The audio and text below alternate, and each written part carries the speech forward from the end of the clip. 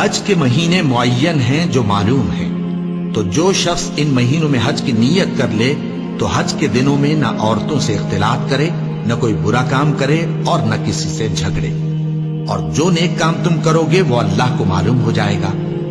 اور زاد راہ یعنی رستے کا خرچ ساتھ لے جاؤ، کیونکہ بہترین زاد راہ پرہیزگاری ہے۔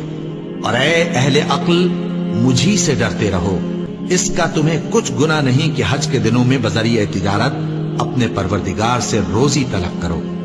اور جب عرفات سے واپس ہونے لگو تو مشعر حرام یعنی مزدلفہ میں اللہ کا ذکر کرو، اور اس طرح ذکر کرو جس طرح اس نے تم کو سکھایا، اور اس سے پیشتر تم لوگ ان طریقوں سے محض ناواقف تھے۔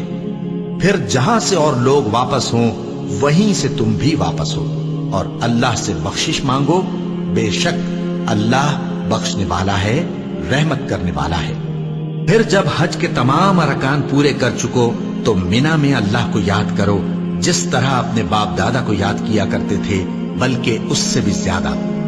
اور بعض لوگ ایسے ہیں جو اللہ سے التجا کرتے ہیں کہ اے پروردگار، ہم کو جو دینا ہے دنیا ہی میں دے دے، اور ایسے لوگوں کا آخرت میں کچھ حصہ نہیں۔ اور بعض ایسے ہیں کہ دعا کرتے ہیں کہ پروردگار ہم کو دنیا میں بھی نعمت عطا فرما اور آخرت میں بھی نعمت بخشیو اور دوزخ کے عذاب سے محفوظ رکھیو۔ یہی لوگ ہیں جن کے لیے ان کے کاموں کا حصہ یعنی اجر نیک تیار ہے، اور اللہ جلد حساب لینے والا ہے۔ اور قیام منا کے دنوں میں جو گنتی کے دن ہیں اللہ کو یاد کرو، اگر کوئی جلدی کرے اور 2 ہی دن میں چل دے تو اس پر بھی کچھ گناہ نہیں، اور جو بات تک ٹھہرا رہے اس پر بھی کچھ گناہ نہیں۔ یہ باتیں اس شخص کے لیے ہیں جو اللہ سے ڈرے، اور تم لوگ اللہ سے ڈرتے رہو اور جان رکھو کہ تم سب اس کے پاس جمع کیے جاؤ گے۔ اور کوئی شخص تو ایسا ہے جس کی گفتگو دنیا کی زندگی میں تم کو دلکش معلوم ہوتی ہے، اور وہ اپنے معافی ضمیر پر یعنی اس بات پر جو اس کے دل میں ہے اللہ کو گواہ بناتا ہے، حالانکہ وہ سخت جھگڑالو ہے۔ اور جب پیٹ پھیر کر چلا جاتا ہے تو زمین میں دوڑتا پھرتا ہے تاکہ اس میں فتنہ انگیزی کرے اور کھیتی کو برباد اور انسانوں اور حیوانوں کی نسل کو نابود کر دے، اور اللہ فتنہ انگیزی کو پسند نہیں کرتا۔ اور جب اس سے کہا جاتا ہے کہ اللہ سے خوف کر تو غرور اس کو گناہ میں پھنسا دیتا ہے، سو اس کو جہنم کافی ہے اور وہ بہت برا ٹھکانہ ہے۔ اور کوئی شخص ایسا ہے کہ اللہ کی خوشنودی حاصل کرنے کے لیے اپنی جان بیچ ڈالتا ہے، اور اللہ بندوں پر بہت مہربان ہے۔ مومنو، اسلام میں پورے داخل ہو جاؤ اور شیطان کے پیچھے نہ چلو، وہ تو تمہارا کھلا دشمن ہے۔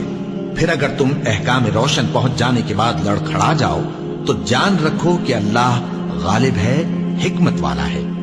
کیا یہ لوگ اسی بات کے منتظر ہیں کہ ان پر اللہ کا عذاب بادل کے سائبانوں میں آ نازل ہو اور فرشتے بھی اتر آئیں اور کام تمام کر دیا جائے؟ اور سب کاموں کا رجوع اللہ ہی کی طرف ہے۔ اے پیغمبر، بنی اسرائیل سے پوچھو کہ ہم نے ان کو کتنی کھلی نشانیاں دیں، اور جو شخص اللہ کی نعمت کو اپنے پاس آنے کے بعد بدل دے تو اللہ سخت عذاب کرنے والا ہے۔ اور جو کافر ہیں ان کے لیے دنیا کی زندگی خوشنما کر دی گئی ہے، اور وہ مومنوں سے تمسخر کرتی ہیں، لیکن جو پرہیزگار ہیں وہ قیامت کے دن ان سے اوپر ہوں گے۔